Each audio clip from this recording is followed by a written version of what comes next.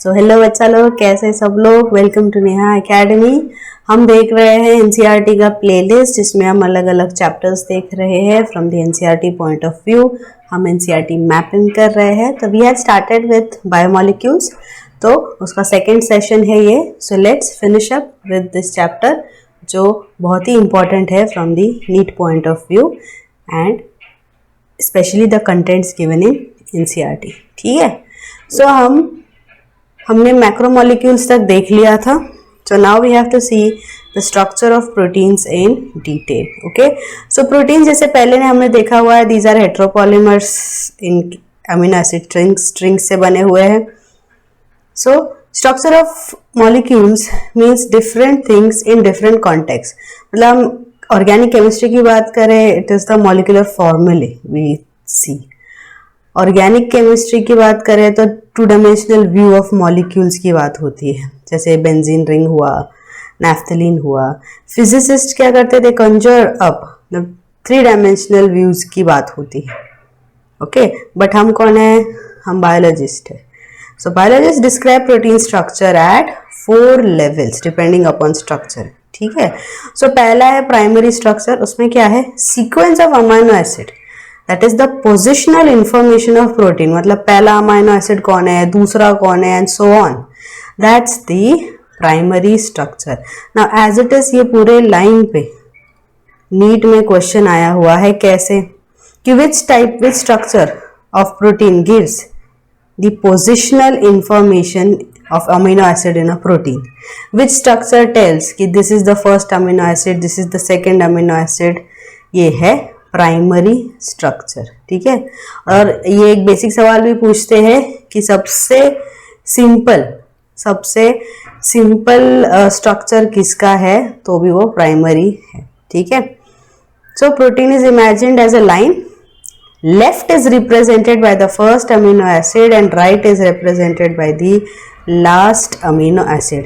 Again, as it is line पे NEET में question आया हुआ है कि पहला अमाइनो एसिड कौन से साइड रहता है एंड लास्ट अमाइनो एसिड कौन से side. Okay, so first is on the left, the first amino acid मिलेगा लेफ्ट में, and the last you will get it at the right side। ठीक है, so और डिटेलिंग है, जैसे the first amino acid is also called as the N terminal and the last amino acid is called as the C terminal। ठीक है, so ये N terminal हुआ, ये C। now N is standing for the amino group here and carboxylic group here, but याद रखना है terminal का नाम क्या है, N terminal and C terminal. तो इसमें भी एज इट इज कंसेप्ट पे नीट में क्वेश्चन बने हुए हैं। और एक तरीके का क्वेश्चन क्या है कि the new amino acid are added at which end. तो नए नए जो अमीनो एसिड ऐड होंगे तो वो कौन से एंड पे होंगे, तो नए नए कहाँ ऐड होंगे, पहला वाला तो फिक्स्ड है, उसके अराउंड तो नहीं होंगे, तो कहाँ होंगे, जहां लास्ट है वही बार बार नया ऐड होगा। So the answer will be in the right end. Right, so ऐसे क्वेश्चंस बने हुए हैं, line important. Protein thread does not exist throughout as extended rigid rod, it is folded in the form of helix similar to a revolving staircase। Of course, some portions of the protein thread are arranged in the form of helix। अब ये दूसरे type की बात करें, that is secondary. Okay, so in protein only right handed helices are observed. तो इस पे NEET में क्वेश्चन है, राइट हैंड मतलब रोटेशन। अब हेलिकल स्ट्रक्चर है तो 3 डायमेंशनल व्यू है, तो they will rotate. So which direction it will rotate, always the right side. Okay, other regions of protein thread are folded into other forms in what they are called as the secondary structure। पहला हुआ primary structure, अब ये secondary structure की बात कर रहे हैं, which will be what, helical होगा। पहला क्या था, सीधा सीधा था, अब helical, that is secondary। In addition, long protein chain is also folded upon itself like a hollow woolen ball, giving rise to tertiary structure. Again पूरी लाइन पे नीट क्वेश्चन, कीवर्ड क्या है, folded upon itself like a hollow woollen ball, ऊन का गोला है उसको loose कर दो तो कैसे दिखेगा, so it will look like the tertiary structure. Okay, तो वैसा है। डायग्रामेटिक रिप्रेजेंटेशन भी दिया है अपने को, तो वैसे ही देख के कोरिलेट करना है। ओके, नेक्स्ट क्या है, सो 3 डायमेंशनल व्यू दे देता है प्रोटीन का। Tertiary structure is absolutely necessary for many biological activities of protein, क्योंकि हम जब एंजाइम्स की बात करते हैं, majority of enzymes are protein in nature, और अगर पूछते हैं कौन सा स्ट्रक्चर होता है तो वो होता है tertiary structure. So this line very very important and of course NEET में इस पे सवाल आया हुआ है। ओके, अब बात होती है the last type. Some proteins are an assembly of more than one polypeptide or subunits. The manner in which they are folded or subunits are arranged with respect to each other, तो क्या बनेंगे, spheres arranged one upon each other to form cube, plate. So this architecture of protein is otherwise सबसे complex, that is quaternary. ठीक है, और इसका classical example है adult human haemoglobin. 4 subunit है, 2 are identical to each other, 2 है alpha and 2 है beta, together they constitute human haemoglobin. Again NEET में आया हुआ क्वेश्चन, 2 तरीके के क्वेश्चन है क्वाटरनरी पे। More than one polypeptide concept आया, means it is understood quaternary की बात हो रही है। And next question is example, haemoglobin में 2 तरीके के क्वेश्चन है कि कितने सब यूनिट है, first question that is 4 subunit है। अब फिर नेक्स्ट क्वेश्चन कौन से, क्या नाम है, तो भाई 2 अल्फा है 2 बीटा है। सो एक एक लाइन पे क्वेश्चन बने हुए हैं, इतना इंपॉर्टेंट है ये कंसेप्ट, इसीलिए इसको अलग से दिया गया है। अब डायग्राम की बात करें, सो डायग्राम सी, प्राइमरी स्ट्रक्चर दिया हुआ है, प्लेन है, लीनियर बेसिकली, ये हुआ अपना प्राइमरी स्ट्रक्चर, राइट, जो एक लीनियर लाइन बोल सकते हैं वैसा है। फिर आता है सेकेंडरी, जिसमें हेलिकल है, हेलिकल के साथ साथ शीट फॉर्म भी अवेलेबल है। तो शीट फॉर्म के लिए डायग्रामेटिक रिप्रेजेंटेशन है, ये हुआ अपना प्राइमरी लीनियर, ये हुआ सेकेंडरी, हेलिकल है तो अल्फा हेलिकल होता है, शीट फॉर्म है तो बीटा प्लीटेड शीट होता है। ठीक है, टर्शरी देखो, वुलन बॉल लाइक अपीयरेंस है उसका, एंड क्वाटरनरी कॉम्प्लेक्स स्ट्रक्चर है। ओके, सो ये जो अगर हम डायग्राम की बात करें, ये वाला दिस फिगर 9.4 का दिस 2 सेक्शंस, इस पे नीट में क्वेश्चन आया हुआ है कि ये कौन है, ए और बी ऐसे करके।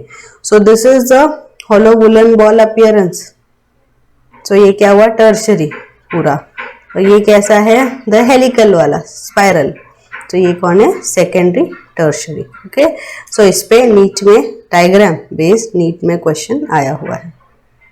ओके, सो आगे बढ़ते हैं। Now we have to see what nature of bond linking monomers in a polymer. Okay, so हमें पता है मोनोमर्स एक साथ आके पॉलीमर बनाते हैं, तो नाउ वी हैव टू सी कौन से बॉन्ड्स है जो ये पॉलीमर्स बनाने में हेल्प करते हैं। इन अ पॉलीपेप्टाइड और protein, amino acids are linked by which bond, they are linked by peptide bond. ये हुआ नीट क्वेश्चन। अभी कैसे बन रहा है, carboxylic group of one amino acid reacts with the amino group of the next amino acid with elimination of water moiety. Process is what, water elimination को क्या बोलते हैं, dehydration. नेक्स्ट है पॉलीसैकेराइड की बात हो रही है, carbohydrate individual monosaccharides are linked by glycosidic bond. Again NEET question.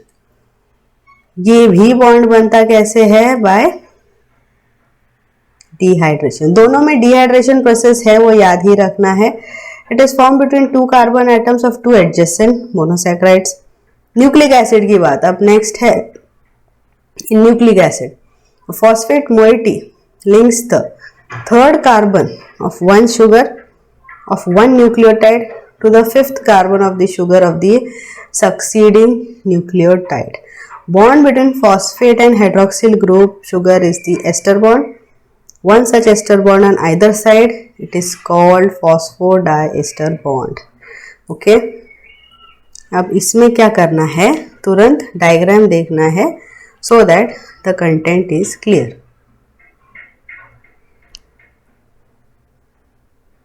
So क्या बोल रहे हैं यहाँ, first they are talking about, ये देखो,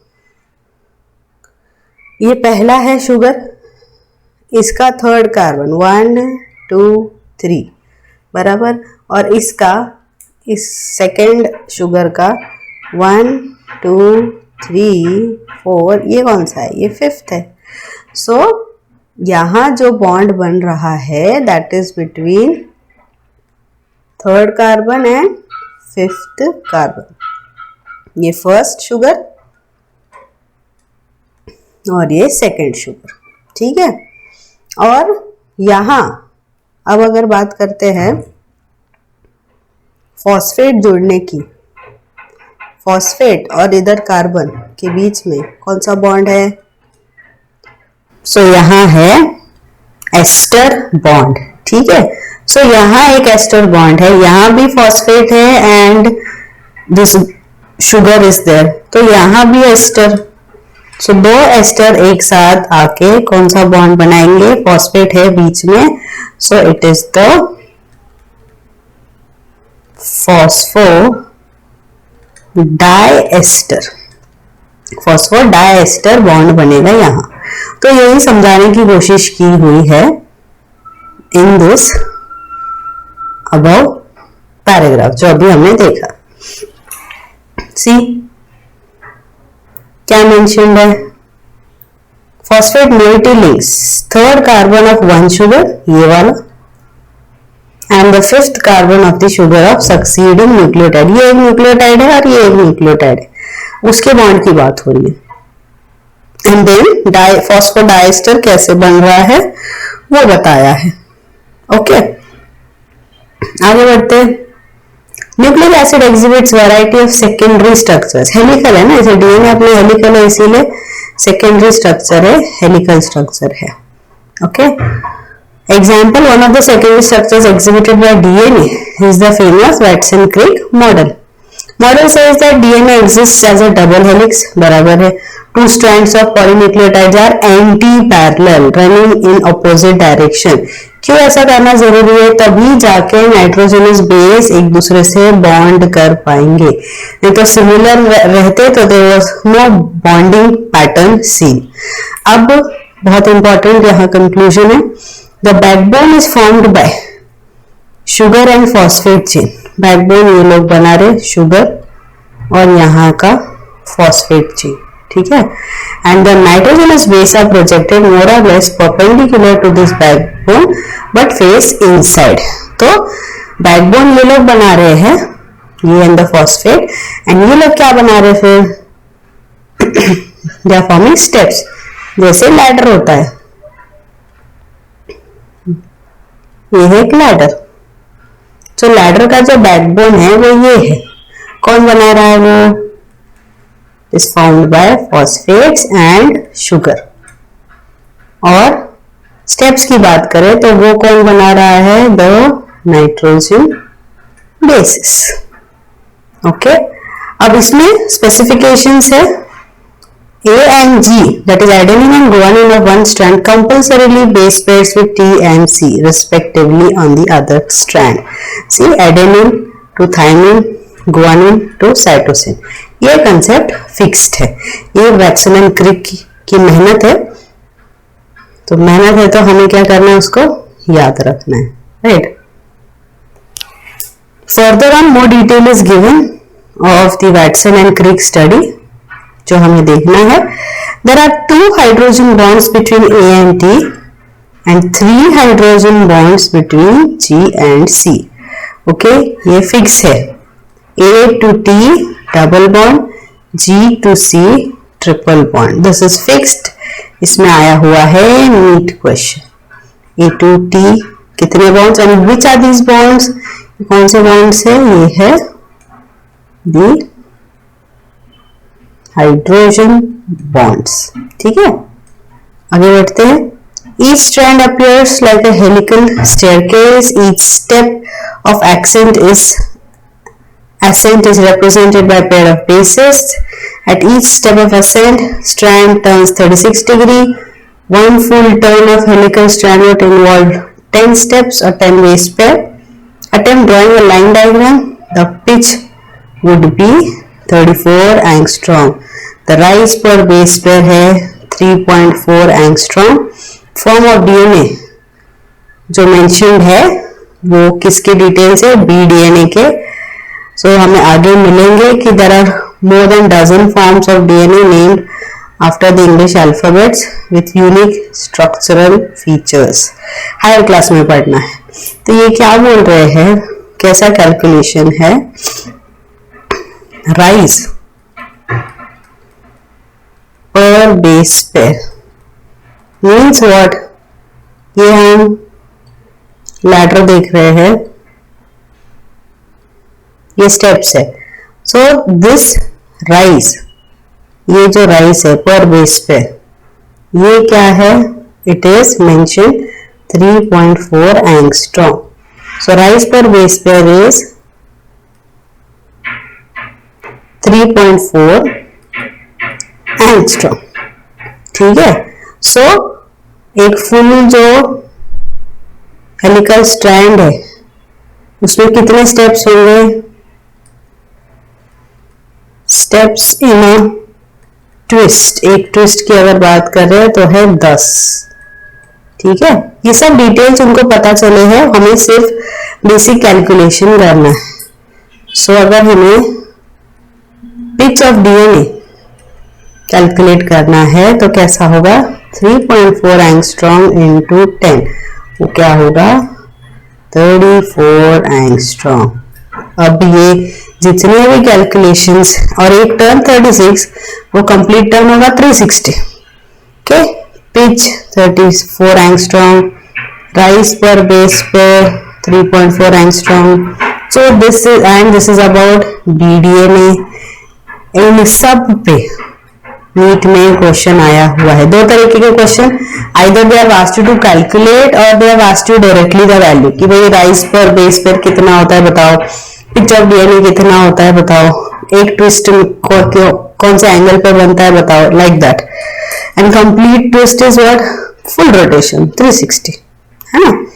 तो ऐसे क्वेश्चन बने हुए हैं. Okay, so you have to be very very clear with these values. ठीक है. So next dynamic state of body constituent. Metabolism का कंसेप्ट वापस है. सो लिविंग ऑर्गेनिज्म सिंपल रहने दो, प्रोटोजोन. प्लांट और एनिमल रहने दो, ऑर्गेनिक कंपाउंड्स है. और दिस कंपाउंड मतलब बायोमोलिक्यूल्स कॉन्सेंट्रेशंस में है. Greatest discovery made by observation of these molecules have a turnover. मतलब क्या है? They are constantly being changed into some other biomolecules so as to become some other, and they are also made from some other biomolecules. Like अपन देख रहे हैं amino acid से protein बन रहे हैं. अब जरूरत पड़ने में प्रोटीन यूज होंगे, ब्रेक डाउन करके जरूरत पड़ी तो प्रोटीन से अमीनो एसिड मिल जाएंगे. So making breaking through chemical process constantly occur हो रहा है. क्या बोलते हैं इसको? सीरीज ऑफ केमिकल रिएक्शन को भी no it is called as metabolism. Each of metabolic reaction results in transformation. Few examples दिए हुए हैं. Removal of CO2 from amino acid, making amino acid into amine. Removal of amino group in a nucleotide base. Hydrolysis of glycosidic bond in a disaccharide. So ये सब क्या है? अलग अलग examples है मेकिंग और ब्रेकिंग के. So tens and thousands of such example अपन दिखा सकते. Do not occur in isolation but are always linked to some other reaction, है ना. तो ये सिर्फ बता रहे हैं कि अलग अलग रिएक्शन अपने बॉडी में होते हैं, making and breaking. That is anabolism and catabolism. That's it. Metabolites are converted into each other in a series of linked reaction called metabolic pathways. They are similar to automobile traffic in a city. Pathways either linear होंगे या circular होंगे. These pathways crisscross each other. Traffic junctions है, flow of metabolites through metabolic pathway definite rate है. Automobile traffic जैसा। Flow is called dynamic state of constituents, always constantly moving state. What is most important is that interlinked metabolic traffic is very smooth and without single reported mishap. Of course, हमें mishaps, हमें accidents चाहिए ही नहीं। Metabolic reactions or every chemical reaction is a catalyzed reaction. Means what? The use of किसकी बात हो रही है? Catalyst की बात हो रही है, right? Catalyst basically enzymes की बात हो रही है। So there is no uncatalyzed metabolic conversion living system में। Even CO2 dissolving in water is a physical process। Human body में उसको कैटलिस्ट की जरूरत होती है। क्या करते हैं? स्पीड अप करते हैं रिएक्शन का end does not take part in the reaction. क्या नाम है इनका? These are called as enzymes. So अपने को और अच्छे से डिटेल में किसके बारे में देखना है आगे, that is enzymes. So basically they are telling कि रिएक्शंस कंटिन्यूअसली है। So body is continuously in state of what? Dynamics, constantly changing, formation हो रहा है, जरूरत पड़ने पे ब्रेकिंग हो रहा है एंड ये सारे रिएक्शंस होंगे in the presence of catalyst in human body. Like CO2 dissolving in water physical processes में कैटलिस्ट की जरूरत नहीं। कहाँ? बॉडी से बाहर। अगर बॉडी के अंदर की बात हो रही है तो कैटलिस्ट की जरूरत है, राइट। आगे बढ़ते हैं। Metabolic basis for living. So they are again now talking about anabolism and catabolism. Metabolic pathway can lead to more complex structure from a simple structure. Acetic acid becomes cholesterol. अब ये जो line है ना, acetic acid से cholesterol बनना, इस पे question आया हुआ है। And considering it being under what heading? Lipids. But see where it is given, है ना, तो इम्पोर्टेंट है। एनसीईआरटी की एक एक लाइन, इस पे क्वेश्चन आया हुआ है। एसिटिक एसिड मतलब क्वेश्चन कैसे आया है? Who is the precursor of cholesterol? तो कौन है वो? Acetic acid. So students can say कहाँ दिया हुआ है? See, it's given right here. Okay. And formation of glucose becoming lactic acid in our skeletal muscle. ये तो बहुत जगह दिया, अलग अलग चैप्टर्स में दिया है। Now फॉर्मा मतलब पहला क्या है? कुछ बन रहा है, सो दैट इज बायोसिंथेटिक।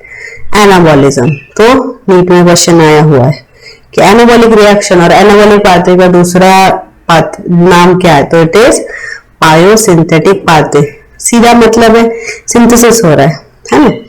एंड दूसरा क्या है? ब्रेक डाउन हो रहा है, सो इसको क्या है? कैटाबॉलिक। एनाबॉलिक पाथवे ऑलवेज, अब कुछ बनना है तो एनर्जी चाहिए। प्रोटीन बनना है, अमाइनो एसिड से तो एनर्जी चाहिए। कैटाबॉलिक रिलीज करेंगे energy, right. Glucose is degraded to lactic acid in skeletal muscles, energy liberate होगी, right. Metabolic pathway from glucose to lactic acid which occurs in 10 metabolic steps. What is it called? Glycolysis. Botany में पूरा एक concept है glycolysis का, right. 10 step reaction. Living organisms learn to trap energy liberated in degradation and store कर देते हैं in the chemical bonds. जैसे जैसे जरूरत पड़ती है बॉन्ड एनर्जी यूटिलाइज होती है for biosynthesis, osmotic, mechanical work. Most important form of energy currency कौन सा है अपना? ATP। तो इसमें क्वेश्चन कैसे बनता है? Which is the energy currency of our body? तो वो कौन है? ATP। इस पे क्वेश्चन बना हुआ है। How do living organism derive energy? What strategies are involved? Store कैसे करेंगे, कैसे कन्वर्ट करेंगे, ये सब आगे हमें पढ़ना ही है। बायो एनर्जेटिक्स जो कंसेप्ट है बॉटनी में, that you have to see in detail, talking about what, how to actually do and how it is done. ये तो सिर्फ थियोरेटिकल है ना। अब बारी आती है लिविंग स्टेट को समझने की। अगेन इंपॉर्टेंट, इस पे क्वेश्चन बने हुए हैं as it is, line to line question है। सो दिस चैप्टर अगर देखें तो इतने क्वेश्चंस है, इसीलिए ये ओवरऑल बहुत इंपॉर्टेंट है। Okay, living state, chemical compounds है लिविंग ऑर्गेनिज्म में, मेटाबोलाइट्स अलग अलग कॉन्सेंट्रेशंस में है, Blood concentration of glucose in normal healthy individual is 4.2 millimole per liter to 6.1. Now इस पे क्वेश्चन बना हुआ है. ओके, हार्मोनल कैसे होता है? Nanograms. Most important fact is that living organisms exist in steady state. Concentration fixed. Steady state is a normal functional state. हमेशा dynamic state is what? Metabolic flux. Always in metabolic activity. Catabolism हो रहा है, anabolism हो रहा है, हमेशा कुछ ना कुछ चल ही रहा है. Any chemical or physical process moves simultaneously to equilibrium. अब equilibrium is what? No work at all. Work done is zero. Means a person's, a living being's work done is equal to zero. Means no activity, no metabolism. Means what? Will the person survive? No, the person will die. तो अपने को equilibrium state चाहिए क्या? कभी नहीं. Steady state कैसा चाहिए? Non-equilibrium. One should remember from physics that system at equilibrium cannot perform work. As I told you. काम तो चालू ही है, हार्ट बीट चालू है, ब्रीदिंग चालू है, ब्रेन चालू है ना. सो they cannot afford to reach equilibrium. इसीलिए कैसा चाहिए अपना लिविंग स्टेट?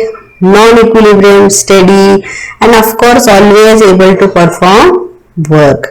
कांस्टेंट एफर्ट डालेंगे to prevent falling into equilibrium. Energy चाहिए, मेटाबॉलिज्म.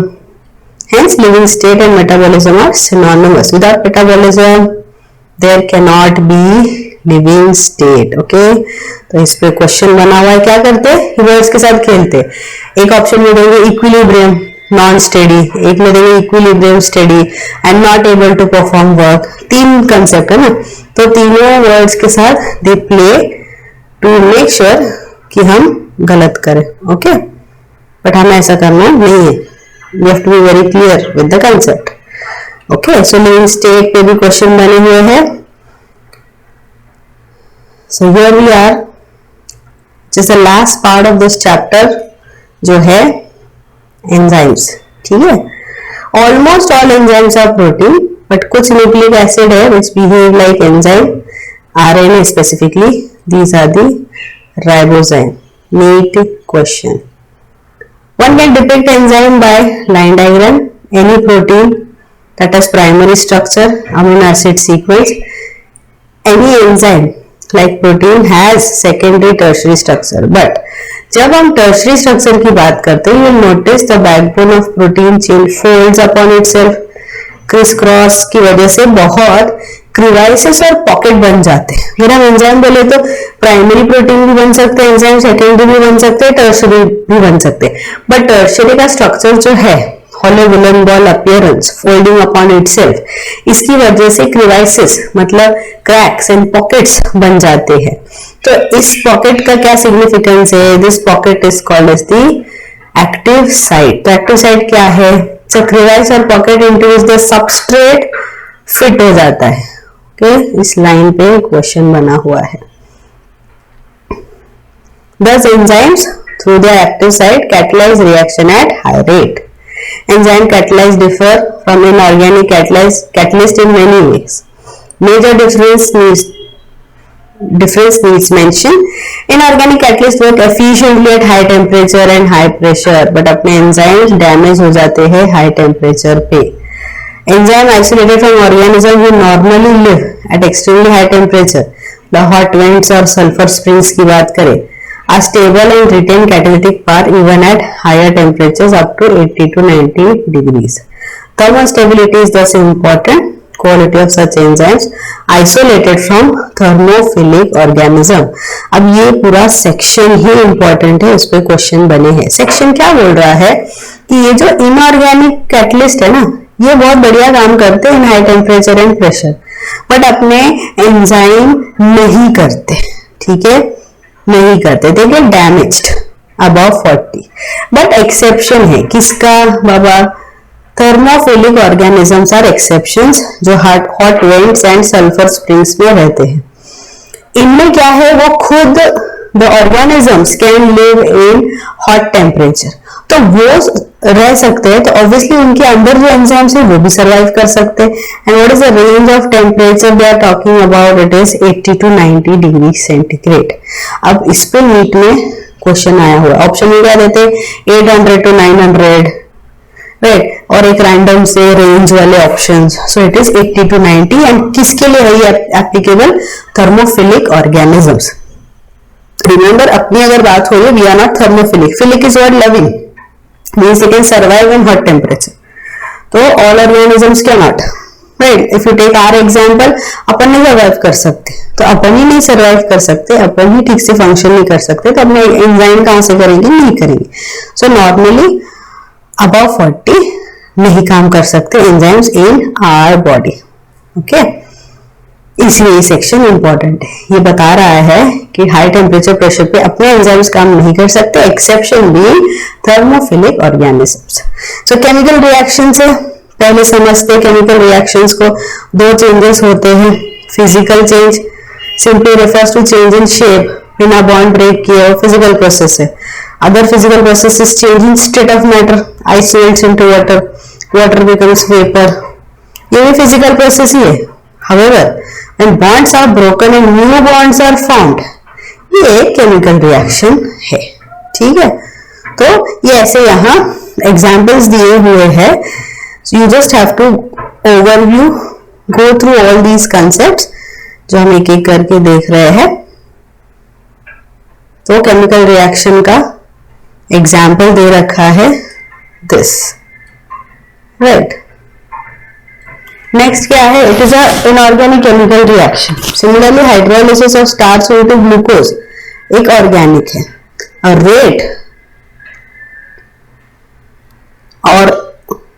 रेट ऑफ फिजिकल और chemical process refers to amount of product form per unit time. क्या है, कैसे एक्सप्रेस करेंगे? Rate product per unit time. इस पे भी आया हुआ है question. See, it is just content, you have to read it and remember it. It is also defined as velocity if direction is specified. Physical and chemical process are influenced by temperature along with other factors. Thumb rule क्या है? Rate doubles itself or decreases by half by every how many degree change? 10 degree change. Catalyzed reaction proceed at rates vastly higher than that of uncatalyzed ones. So when enzyme catalyzed reaction is observed, the rate would be vastly higher than some uncatalyzed reaction. इसका classical example दिया हुआ है, हमें देखना है। General rule याद रखना है, इस पे क्वेश्चन आया हुआ है। थंब रूल जो है, रेट डबल होगा या हाफ होगा, every how many degree change? 10 degree change. ठीक है, एज इट इज लाइन पे क्वेश्चन बना हुआ है। तो एग्जाम्पल क्या है भाई? Carbon dioxide plus water without enzyme भी कार्बोनिक एसिड बनाता है, and with enzyme that is carbonic anhydrase भी कार्बोनिक एसिड बनाता है। बट डिफरेंस देखो, in absence of any enzyme the reaction is slow, but वो भी कितने मॉलिक्यूल्स? देखो 200 molecule in our, but by using enzyme carbonic anhydrase, अब देखो 6 lakh molecules are formed every second कहाँ और एवरी आवर कहाँ? Huge difference, right? This is every hour, this is every second. इस पे आया हुआ है एमसीक्यू, इतना इंपॉर्टेंट है, एज इट इज एनसीईआरटी से उठाया हुआ है। The enzyme has accelerated reaction by how many times? 10 million times. That is the power of enzymes, right? Thousands of enzymes catalyzing unique chemical reaction. Multi-step है reaction. Each step is catalyzed by same enzyme. Is called metabolic pathway. Glucose to pyruvic acid. Metabolic pathway है, glucose बन जाता है pyruvic acid through 10 different enzyme catalyzed metabolic reaction. जो हम आगे पढ़ने वाले हैं आगे के चैप्टर्स में। So this very metabolic pathway or the one additional reaction gives rise to what? Variety of products. Skeletal muscle में under anaerobic condition lactic acid बनता है, नॉर्मल एरोबिक कंडीशन पायरुविक बनता है, यीस्ट में ड्यूरिंग फर्मेंटेशन सेम पाथवे से कुछ और बनता है, राइट? इथेनॉल। सो इसमें क्या होता है, अलग अलग कंडीशन जो दी है ना, कि व्हाट इज द क्वेश्चन में आता है, what is the fate of glucose, कि क्या क्या बन सकता है। तो भाई क्या क्या बन सकता है दिया हुआ है, स्केलेटल मसल्स में वो लैक्टिक एसिड बन जाएगा, है ना, एरोबिक कंडीशन में वो पायरुविक बन जाएगा, ईस्ट में वो इथेनॉल बन जाएगा। इसीलिए ये एंड प्रोडक्ट वाला कंसेप्ट जो दिया हुआ है वो बहुत इंपॉर्टेंट है from the questions point of view. Of course you know all these reactions, ये रिएक्शंस बहुत कॉमन है। Now next is how do enzymes bring about such high rates of chemical conversions. Okay, so to understand we should study enzymes a little more. Active site हमें समझ गया है, right? Chemical is converted into product, जो है जिसको convert करना है वो है substrate, और ending में क्या मिलेगा, product. So proteins 3-dimensional structure, active site convert substrate into product. Symbolically क्या है, substrate का बनेगा product. तो सबस्ट्रेट को कहाँ बाइंड करना है, वही एंजाइम को, वो भी कहाँ, उसके एक्टिव साइट प्रॉपर्ली, और it has to diffuse towards the active site. तो यहाँ बहुत इंपॉर्टेंट एक डायग्रामेटिक रिप्रेजेंटेशन है जिस पे क्वेश्चन बना हुआ है। ट्रांजिशन स्टेट की बात हो रही है इधर।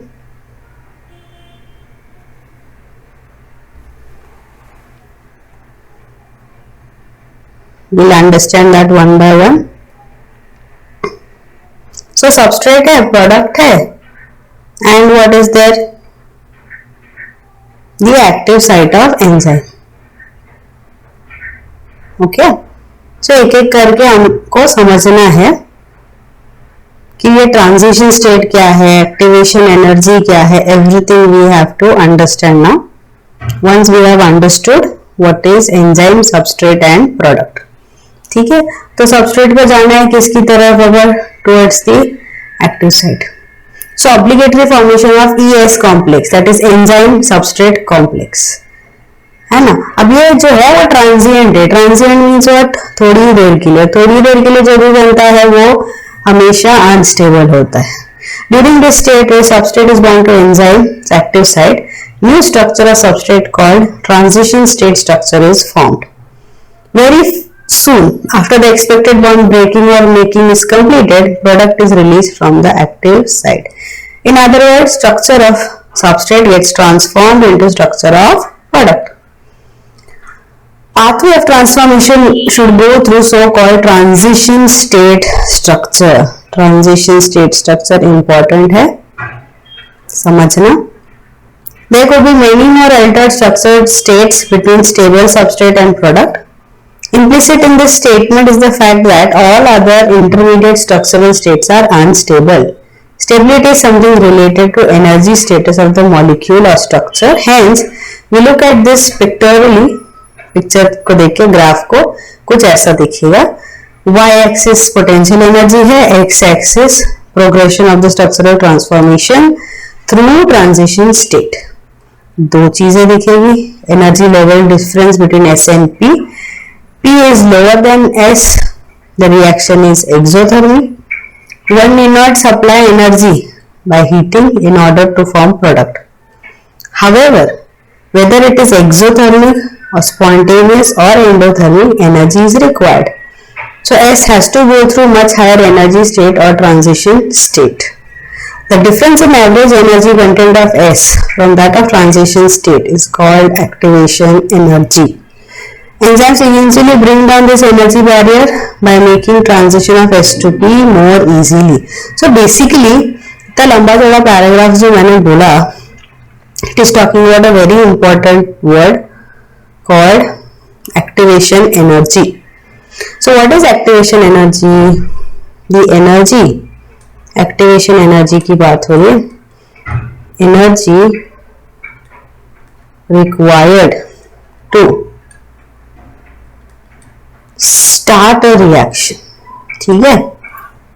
अब वो हुआ एक्टिवेशन एनर्जी, जो चाहिए ही चाहिए to start any reaction. So substrate को बनना है प्रोडक्ट, ठीक है।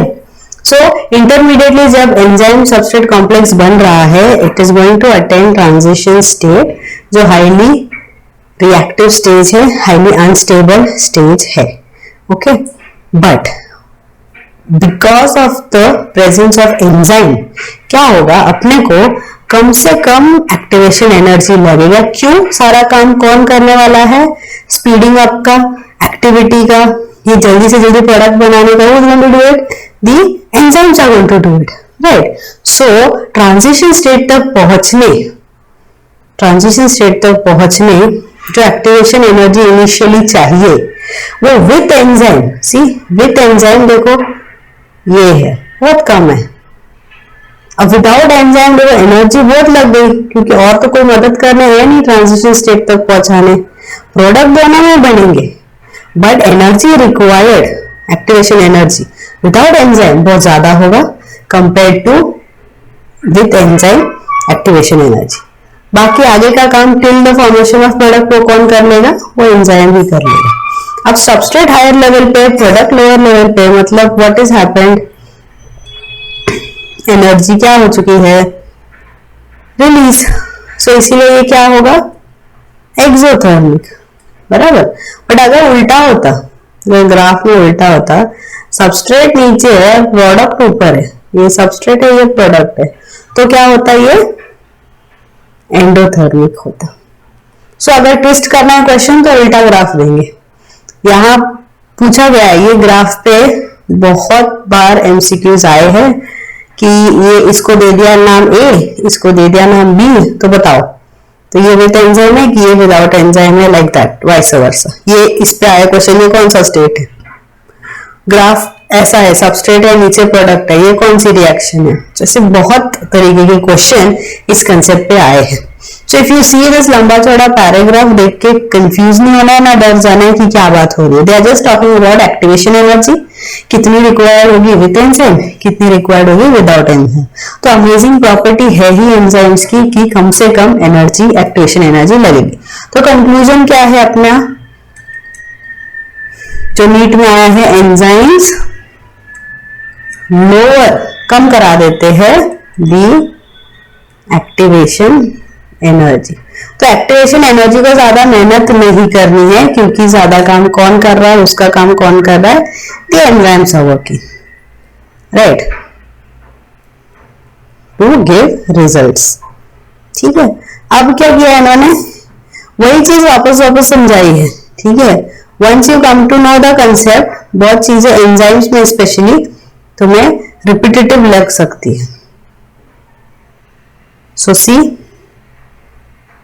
वापस से बता रहे हैं नेचर ऑफ एंजाइम में. एंजाइम है, सबस्ट्रेट है, highly reactive unstable enzyme substrate complex है, शॉर्ट लिव होता है, फिर एंजाइम प्रोडक्ट बनेगा और फिर एंजाइम अलग, प्रोडक्ट अलग, एंड एंजाइम रेडी होगा नेक्स्ट साइकिल के लिए. ये दिया हुआ है ना. सो जो हमने ऑलरेडी देखा हुआ है, this is what is given. अब कुछ कैरेक्टरिस्टिक फीचर है, तो वो क्या है वो देखते हैं. कैटालिटिक साइकिल ऑफ एंजाइम कैसे हम डिस्क्राइब करेंगे? Substrate binds to active site, fitting into active site, yes. Binding induces enzyme अपना खुद का शेप चेंज करता है कि बहुत बढ़िया तरीके से वो सबस्ट्रेट के अराउंड बैठ जाए. अब बैठ गया है तो बॉन्ड्स अपने ब्रेक करेगा या बनाने तो बनाएगा, एंड एंजाइम सबस्ट्रेट कॉम्प्लेक्स बनने के बाद एंजाइम प्रोडक्ट कॉम्प्लेक्स बनेगा. फिर एंजाइम वो प्रोडक्ट को रिलीज कर देगा और वो एंजाइम रेडी है नेक्स्ट कैटालिटिक साइकिल में हिस्सा लेने के लिए. ओके, सो बस हमने जो पहले देखा हुआ है उसी का रिपीट है, सिर्फ पॉइंट वाइज दे दिया है. नेक्स्ट कंसेप्ट क्या है? फैक्टर्स. सो कौन से फैक्टर्स है जिसकी वजह से एंजाइम एक्टिविटी चेंज हो सकती है? Temperature, pH, change in substrate concentration, binding to specific chemicals that regulate its activity. अब ये पार्ट है बहुत इंपॉर्टेंट, फैक्टर्स पे क्वेश्चन आते हैं. ओके, सो एक एक करके अपने को फैक्टर्स समझने हैं. First is temperature and pH. So enzyme generally function at narrow range of temperature pH. हर एक एंजाइम को अपनी हाईएस्ट एक्टिविटी एक पर्टिकुलर टेम्परेचर और पीएच, जिसको हम बोलेंगे optimum temperature and optimum pH, उसी में ये बढ़िया काम करते हैं। ये नहीं रहा तो एक्टिविटी चेंज होगी, activity will decline both above and below the optimum value. जैसे लो टेम्परेचर प्रिजर्व करेगा एंजाइम इनएक्टिव स्टेट में, हाई टेम्परेचर तो भैया उसको डिस्ट्रॉय कर देगा, प्रोटीन्स आर डीनेचर्ड। सो इस पे आया हुआ है नीट क्वेश्चन कि लो टेम्परेचर पे क्या होगा, हाई पे क्या होगा। तो भाई लो टेम्परेचर पे क्या होगा, लो टेम्परेचर पे इनएक्टिव हो जाएगा, इनएक्टिव होगा, बट हाई टेम्परेचर में तो डिस्ट्रॉय ही होगा, क्यों, डीनेचुरेशन हो गया प्रोटीन के लिए। तो घुमा फिरा के क्वेश्चन कैसा है, इनएक्टिव है तो भाई रिवर्सिबल है कि इरिवर्सिबल है, it is reversible, and denaturation irreversible. तो ऐसे घुमा फिरा के क्वेश्चन पूछे जा चुके हैं। तो ग्राफ देखते हैं तो ये है छोटा सा पीक जो ऑप्टिमम है, और नहीं मिल रहा है तो एक्टिविटी कंपैरेटिवली कम ही रहेगी। सो that was about temperature and pH. फिर क्या है, कॉन्सेंट्रेशन ऑफ सबस्ट्रेट, ठीक है, जिसका ग्राफ ऊपर दिया हुआ है। पहले समझ लेते हैं फिर वापस ग्राफ देख लेंगे। So with increase in concentration of substrate velocity enzyme का भी बढ़ेगा, स्टार्ट में अपना मैक्सिमम तक बढ़ेगा, that is V max, but उसके आगे नहीं बढ़ेगा अगर सबस्ट्रेट भी बढ़ा तो। क्यों, क्योंकि एंजाइम मॉलिक्यूल्स कम है सबस्ट्रेट से, और सैचुरेशन के बाद these molecules there are not free enzymes for the molecules to bind with additional substrate molecules. मैं समझाती हूँ ये क्या है। The activity of enzyme is also sensitive for presence and absence of certain chemicals to bind enzymes. Binding of chemicals shuts off enzyme activity, इसको क्या बोलेंगे हम, inhibition, and जो करा रहा है उसको हम बोलेंगे inhibitor, ठीक है। तो इससे पहले ये समझ लो कि सबस्ट्रेट बढ़ रहा है, बढ़ रहा है, बढ़ रहा है, ठीक है। तो वेलोसिटी एंजाइम की भी बढ़ेगी, बढ़ेगी, बढ़ेगी, बट एक लिमिट है।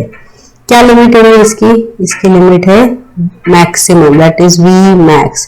इसके बाद नहीं बढ़ेगी, क्यों, क्योंकि मान लो 10 सबस्ट्रेट के लिए 5 एंजाइम सफिशिएंट थे, अब सबस्ट्रेट हो गए 40, बट एंजाइम तो कम पड़ेंगे, बटे 5 पूरा कोशिश करेंगे बढ़िया तरीके से काम करने, कहां तक, अपनी वेलोसिटी वी मैक्स करने तक। फिर क्या होगा, ये कम पड़ेंगे। सो अपने पास अभी फ्री एंजाइम ही नहीं है, ये बचे हुए, इसमें से कुछ जो बच जाएंगे उनसे बाइंड करने। So what will happen, graph देख लेते हैं। इनिशियली ग्राफ क्या होगा, इनिशियली ग्राफ बढ़ेगा, फिर एक टाइम पे आके फ्लैट हो जाएगा, सी दिस सबस्ट्रेट, ये देखो वेलोसिटी ऑफ रिएक्शन।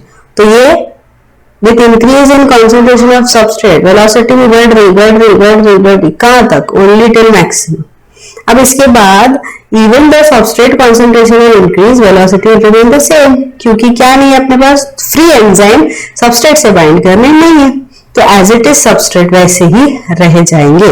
अगर हम बीच में से ही एक कंसेप्ट देखें, if you plot take a substrate value when the Vmax is half, when the velocity is basically half the maximum velocity, तो जो substrate obtain होता है that is called as the Km constant, Michaelis-Menten constant।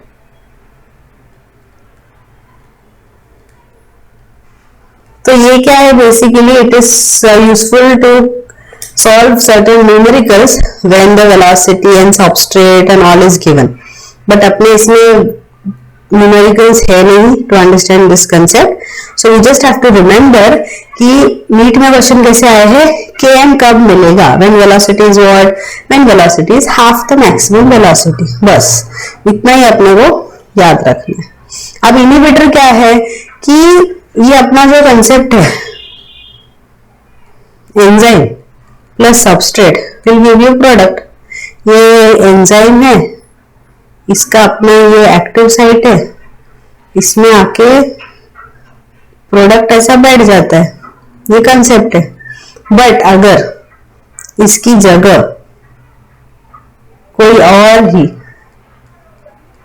बैठ गया, this is somebody else, कौन है वो somebody else? That is called as the inhibitor. If it sits in the active site, तो ये एंजाइम और सबस्ट्रेट का रिएक्शन होगा क्या? नहीं होगा।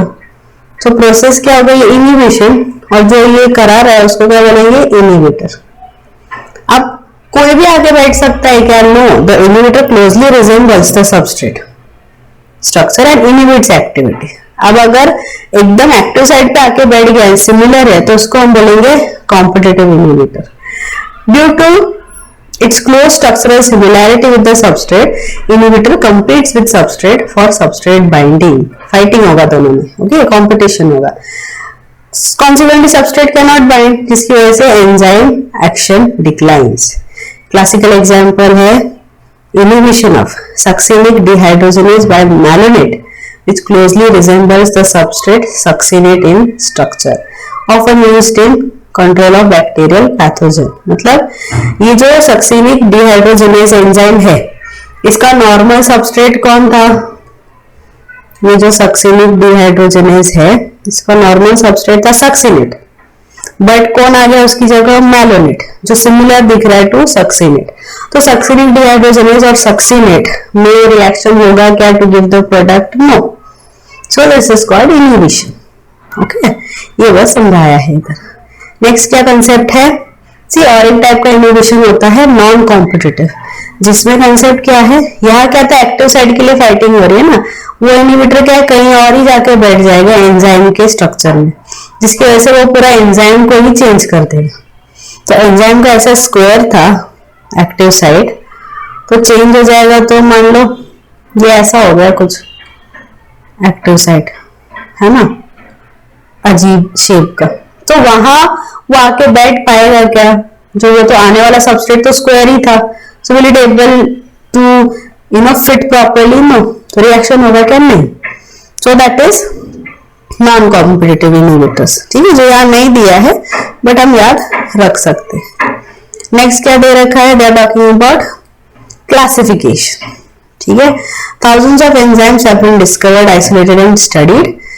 अलग अलग ग्रुप्स में उनको क्लासिफाई किया है। 6 क्लासेस है। ठीक है, 6 classes with this 14 to 13, 4 to 13 सब क्लासेस है, एंड अकॉर्डिंगली 4 डिजिट नंबर दिया हुआ है। 4 डिजिट नंबर हम आगे देखेंगे। पहला क्लास है ऑक्सीडो रिडक्टेज और dehydrogenase. Basically oxido reduction reaction होगा, एस रिड्यूस्ड है, एच डैश ऑक्सीडाइज्ड है, चेंज होगा, S oxidise, S dash reduce. Basically oxidation reduction reaction. Second क्या है? ट्रांसफरेज, नाम से ही समझ रहा है, transfer of a group other than hydrogen, pair of substrate at the end. S के साथ है G group plus S dash, फिर देखो एस डैश के साथ जी चला गया, ट्रांसफर हो गया G from one to the other, simple.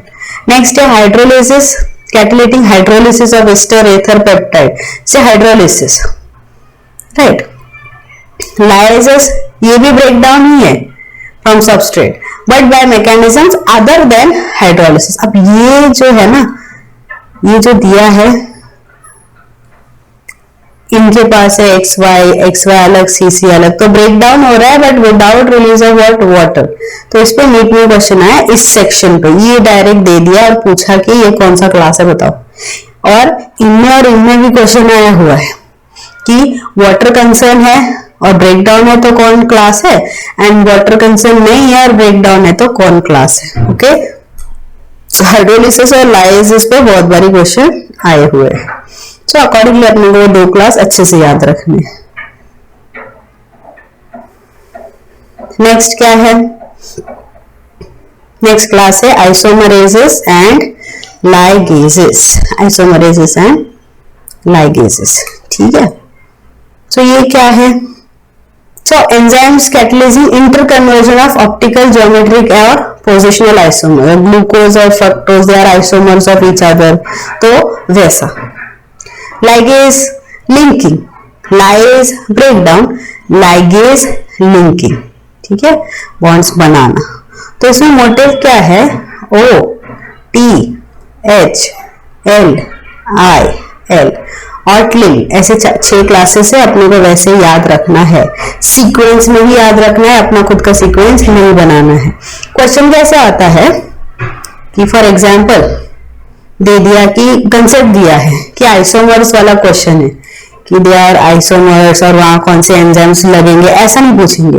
They belong to which number given by the classification board. तो आइसोमर्स का कौन सा नंबर है, 1 2 3 4 5 6, तो 5। सो ऑप्शन में होगा 3 4 5 6, तो आंसर क्या होगा 5, लाइक दैट। तो ऐसे भी ट्विस्टेड क्वेश्चन आते हैं। Next and the last concept है एंजाइम्स में ही cofactors. So enzymes are composed of one or several polypeptide chain. However there are number of cases in which non-protein constituents called cofactor can bound to enzyme to make enzyme catalytically active. Protein portion of the enzyme is called apoenzyme. Okay, so पूरा तो दिया नहीं है यहाँ, तो हम देखते हैं। जैसे पूरा कंसेप्ट है होलो एंजाइम का, holo enzyme is equal to apoenzyme plus cofactor. अब ये किस में लगेंगे, they are found only in the compound enzymes. ठीक है, जो सिंपल एंजाइम्स होते हैं ना, इनको कोफैक्टर की जरूरत नहीं है। सी कंपाउंड ही है जिनको किसी ना किसी की जरूरत है to make the enzyme active, to make the enzyme functional, और वो कौन कर रहा है, कोफैक्टर। तो एपोएंजाइम क्या है, that is the protein part of the enzyme. तो ये पूरे क्वेश्चन कंसेप्ट पे नीट में क्वेश्चन आया हुआ है। ठीक है, सो 3 तरीके के कोफैक्टर्स है, प्रोस्थेटिक ग्रुप है, कोएंजाइम है और मेटल आयन है। प्रोस्थेटिक ग्रुप और कोएंजाइम ऑर्गेनिक है, मेटल आयन इनऑर्गेनिक है। ठीक है, प्रोस्थेटिक ग्रुप ऑर्गेनिक है, डिस्टिंग्विश होंगे from other cofactors in binding, उनका बहुत एपोएंजाइम से टाइट बॉन्ड होता है। इसमें आया हुआ है नीट क्वेश्चन। ठीक है, for example based question in peroxidase and catalase which catalyze breakdown of hydrogen peroxide to water and oxygen. Heme is a prosthetic group and it's part of active site of the enzyme. तो ये enzyme से और उनका prosthetic group क्या है, haem. Again इस पे cofactor पे सारे जो लाइंस मेंशन है सब पे क्वेश्चन आया हुआ है। ओके, कोएंजाइम्स भी ऑर्गेनिक है बट एसोसिएशन एपोएंजाइम से थोड़ी देर के लिए, ओके, सिर्फ कैटालिसिस तक ही। Coenzymes serve as cofactors in different enzymes. Essential components of many coenzymes are vitamins. इस पे आया हुआ क्वेश्चन कि क्या है भाई उनका नेचर।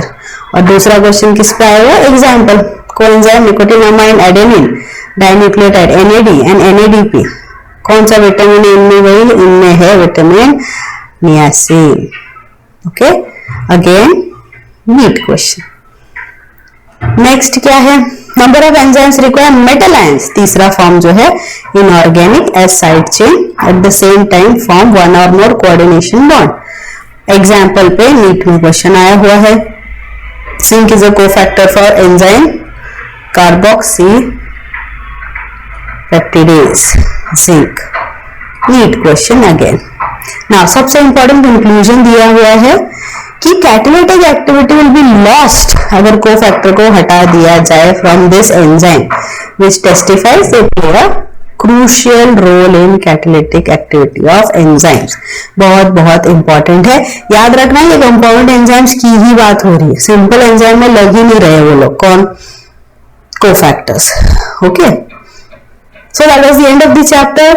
समरी, एज मैंने पिछली बार बोला था, you have to go through summary, कि उन्होंने सब चीजें वही रिपीट ही दी हुई है बट एक बार पढ़ लेना जरूरी है। Okay, so that was about biomolecules, a very very important chapter from the NEET point of view and very crisply point to point given in NCERT. अगर देखें तो बहुत ही कलरफुल हो चुका है जैसे जैसे मार्किंग करते गए, क्योंकि बहुत क्वेश्चन एनसीईआरटी से डायरेक्ट पूछे गए हैं। सो ये सेशन अच्छा लगा है तो please to like share and subscribe. ठीक है, आगे हम और ऐसे सेशंस करने वाले हैं, कंप्लीट प्लेलिस्ट बनानी है एनसीईआरटी की, तो stay tuned with us. Okay, आप कनेक्ट भी कर सकते हैं with us on Facebook, Instagram and Telegram. Okay, so keep watching, keep sharing, keep studying. Bye bye everyone, take care.